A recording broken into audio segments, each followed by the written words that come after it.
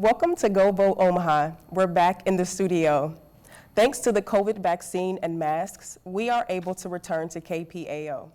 Go Vote Omaha is a production of the League of Women Voters of Greater Omaha, and we're excited to be back with you in the studio.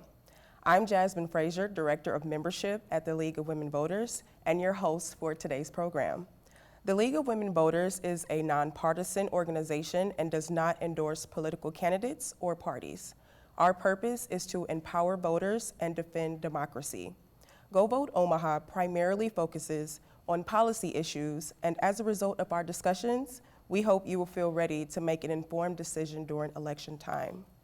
Today, I am joined by two community leaders invested in creating a robust and diverse community, and we're going to talk today about Juneteenth, past, present, and future.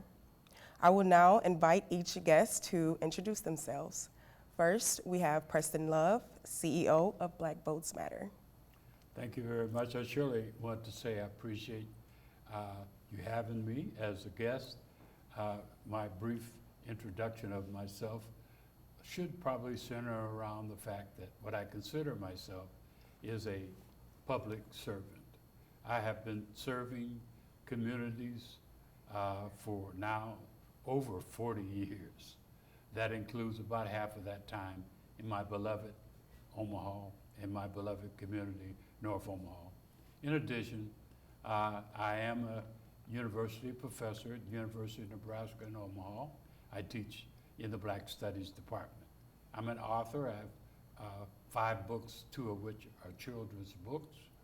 I consider myself, my greatest asset now is that I am an elder, and I've earned this gray hair that you may see. It comes from experience, but has given me wisdom. And so I'm committed to the community in a number of ways, but I run an organization called Black Votes Matter, which is dedicated primarily to 24/7 and year-round voter participation. And our signature initiative is that we take 40 to 50 youth on a year-round civil rights tour, a week long, but every year. And we go to Mississippi and Birmingham, and we go to Memphis and all through Alabama, across the Edmund-Pettus Bridge, and also to Atlanta, all expenses paid. So I appreciate, again, the opportunity to talk about whatever you want to talk about. But Juneteenth is a subject that we should talk about. Thank you, Preston, for joining us today. Okay, next we have Vicki Young, President at NAACP Omaha. All right, thank you. I am Vicki Young, President of the Omaha branch of the NAACP, the National Association for the Advancement of Colored People. I have served in that capacity probably since 2010, coming on board in 2008 to chair the Juneteenth committee for the NAACP. I am a mama of 8, and I am a Gigi to about 17 grandbabies. And I have served my community almost as long as Preston as a young person, you know. Here currently now, I attend Morning Star Baptist Church, where we have a pantry that we, give food out to the community every 3rd Thursday of the month. And so when it comes to, as Preston said, being a community servant, I take it seriously. It is what I love to do, and I am honored to be here today, or at this moment in time, to talk about Juneteenth. Thank you, Vicki, for joining us. Yes. Okay, we're going to get into the questions.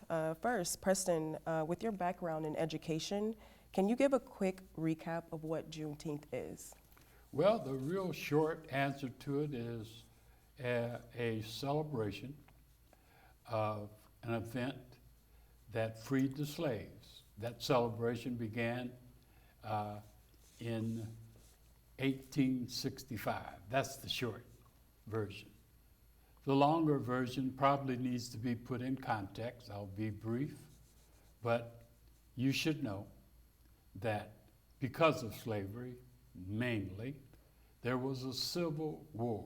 That civil war began in 1861. However, the progress of the war and the politics of the war appeared not to be going in the right direction. And so, about midway through, in 1863, President Lincoln decided to make a political move before the war was finished, and sometimes misunderstood, that in 1863 he signed an Emancipation Proclamation which proclaimed that slaves be free. I would ask that you hear me through. That was 1863. And so at that moment, the slaves were free. However, there was no CNN, no internet. The word didn't get around. And so the more complex understanding is it took until 1865 before all of the citizens of the USA, which pretty much was bound by Texas on its western side at that point, but in Galveston, Texas, on June 19th, 1865, there was a army, there were troops that came to Galveston to proclaim and pass the news to everyone, including the slaves, that they were free. And there was celebration at that time. That was what we should call maybe the beginning of the celebration. It has been called many things over the years, but we're here to talk about Juneteenth because it happened on June the 19th in 1865 and has evolved to be known as Juneteenth around the country. I would also say, maybe in just closing that segment, that the war didn't end until 1865, after that, all of that I just said. Thank you, Preston. Also, can you talk about why this history isn't as widespread? Well, I would rephrase your question. The history of it is as widespread as the rest of Black history, African American history. It's widespread. The celebration is maybe not as widespread. The history, the African American history, I'm in the Black Studies Department, is not as widespread as it ought to be. That's why there is a Black Studies Department and why we are all continually fighting in this day to get the truth of our African American history told, whether it be talking all the way back to 1619 or moving up all through the other amendments, I might say, and I didn't say, but that right after the 1865 amendment to the Constitution, there was the 13th, 14th, and 15th Amendment, all of which contributed to our Black history. All of that and so much more. The Reconstruction period, the civil rights reaction to Jim Crow, all of that is not widely known. And right now there is an effort to paralyze that critical race information and the truth about the history. So all of it, including Juneteenth, is not widely known, but the celebration has gained lots of momentum. We could talk about that later, but I wanted to make sure you understood that division of the knowledge. Thank you. Okay, Vicki, can you talk about how Omaha celebrates Juneteenth and the role the NAACP takes in this celebration? Certainly. When I came on board as the Juneteenth chairperson, one thing I found, a couple of things I discovered was that the history of the NAACP was not available or readily known, nor its involvement in Juneteenth or just how Juneteenth was celebrated in Omaha. And so what I did is I contacted an individual, great author and researcher by the name of Adam Fletcher Sass. And he pulled up just droves of information on not just NAACP's involvement, but also the history of Juneteenth. And so for myself, I'm thinking, hey, Juneteenth started in the, the 80s, whereas no, he's gone all the way back to, the early 1900s, where the city of Omaha celebrated what we would know as Emancipation Days or Emancipation Celebration. And so from there, Omaha, we've had barbecues, health fairs, parades. I saw where once upon a time, we had King and Queen Juneteenth. Just a number of different activities just throughout the years. Well, when I came on board with the NAACP, because of the capacity, because we are a volunteer organization, we had to reduce those activities down to focusing on primarily the parade. And so there we had the parade that historically went up and down 24th Street from Hamilton to Miller Park, and it would alternate every other year. Well, we found that not only was that route too long, but 24th Street was too narrow because the parade was growing, and the involvement from the community was increasing. So we moved the parade from 24th Street to 30th Street. Wider streets, more entries, more people can come, bring their families, things of that nature. In reaching out to other community members, we discovered that the Washington Branch Library held a family fair where they had carnival rides and petting zoo, resources and things of that nature. Juneteenth, Nebraska, Inc. They had the flag raising celebration. What else? The Mayafa, the citywide prayer. So there's a number of things that are going on that have gone on in the past, and when I have the opportunity, I'll share what's coming up here for this year's celebration. Perfect. Okay, I do have a follow-up question. Awesome. Can you also talk about what role you think celebrating Juneteenth plays in the Omaha community? At this point in time, Juneteenth is, we had talked about this earlier in that we see it as a celebration, but I think we also need to take an opportunity to educate the community, to educate particularly the African American community on just the significance of Juneteenth.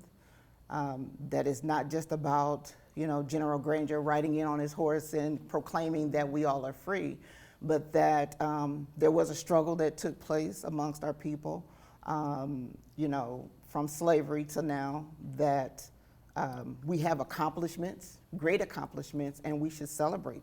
We should celebrate that. And so when Juneteenth comes around, it's more than just a parade. It's really an opportunity for us to showcase who we are as a people. I like that. Thank you. Okay, and this question is for either one. I invite any insight. Can you talk about the future of Juneteenth here in Nebraska? I surely would like to weigh in on it a little bit. I want to piggyback on a couple things that you said that I hope that the message gets to our community, is that we celebrate a number of things during the year: Christmas, 4th of July, neither of which I think people understand.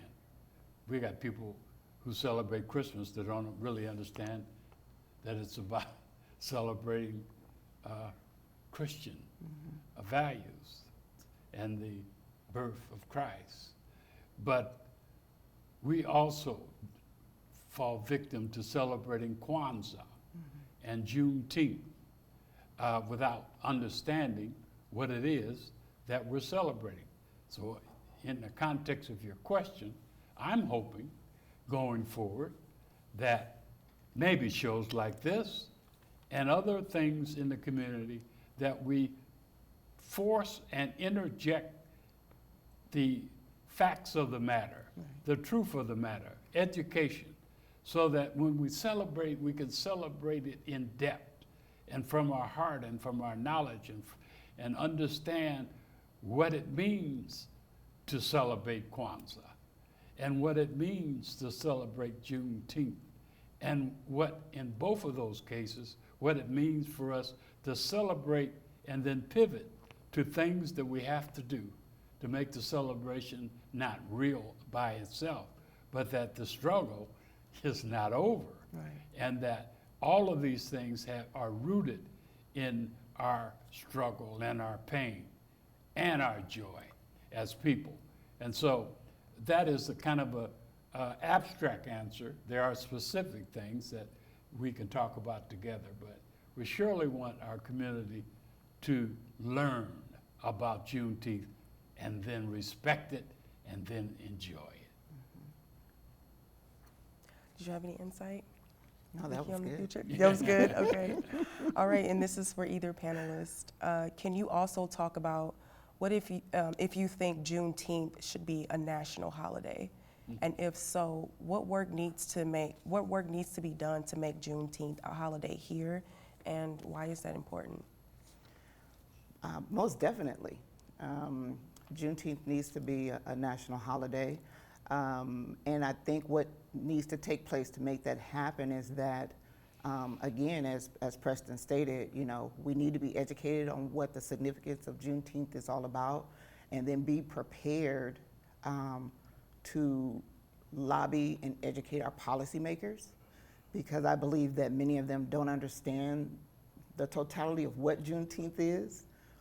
And again, if I could just use that word again, the significance of it and what it means to not just a community, but to the city and the state of, to the city of Omaha and for the state of Nebraska. And because I know that there are efforts in other states, you know, where they're saying Juneteenth needs to be a national holiday. I just don't think that, you know, enough traction has been built up here in Omaha and or in the state of Nebraska.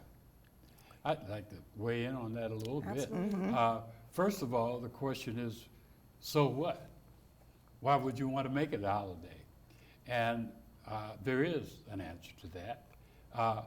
It is about respect and honor of a people and its struggle, and we do this in so many other ways in America.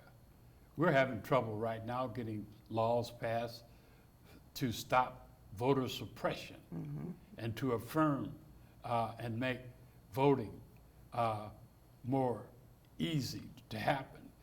While we play that offense, we're playing defense to try to keep our voting rights on the front burner. And we have pushback on that.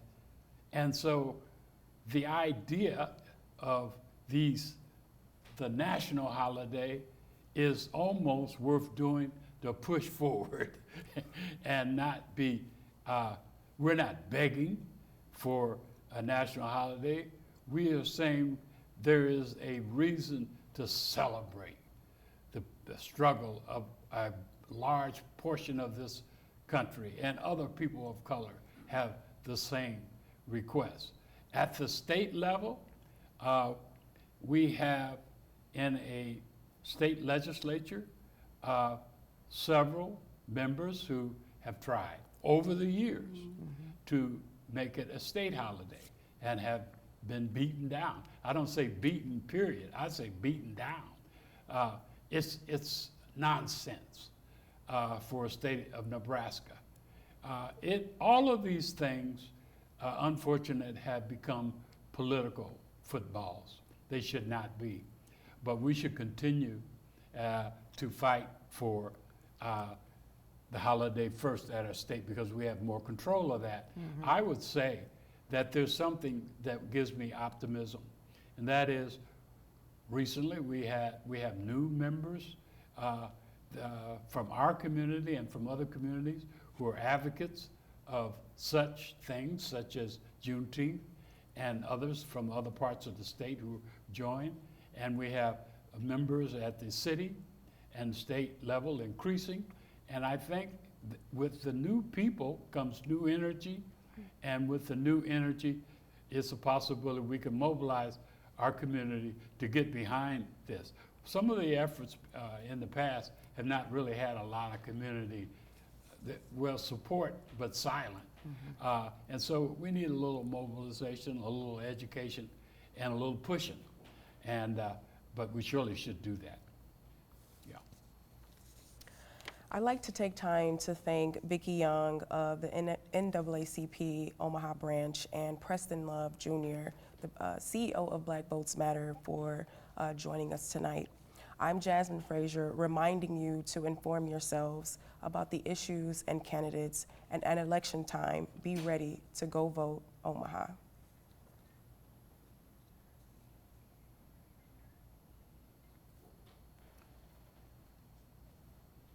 So I would like to say before we close, I don't know how much time do we have, but in responding to your comments, I surely want to say this, that here we are already midway through 2021. But next year, we are going to elect a Nebraska United States Senator, a Nebraska House of Representatives in this area. We're going to elect a governor and so many other elected officials that if you believe in some of the things that the League and so many others believe in, and things like a state holiday for Juneteenth, we need to activate ourselves and get going and get behind candidates and these issues.